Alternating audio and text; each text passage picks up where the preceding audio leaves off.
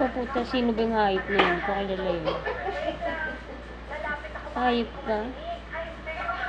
Kung sino-sino pinapollow mo eh, no? Hindi ko sila pinapollow, nababasa ko lang sila. Hindi ko po makakalimutan na nag-trend po ako.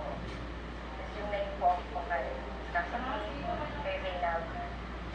Yung past relationship po.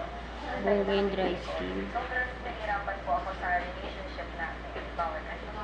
Lalagyan nito ng ano ma'am, ng lotion sa gilid po. Kaya po nung nag-trend po kami, Para hindi na po siya ganun po ako sa mga dati kong kaibigan. ka dry skin. Mas gusto ko na po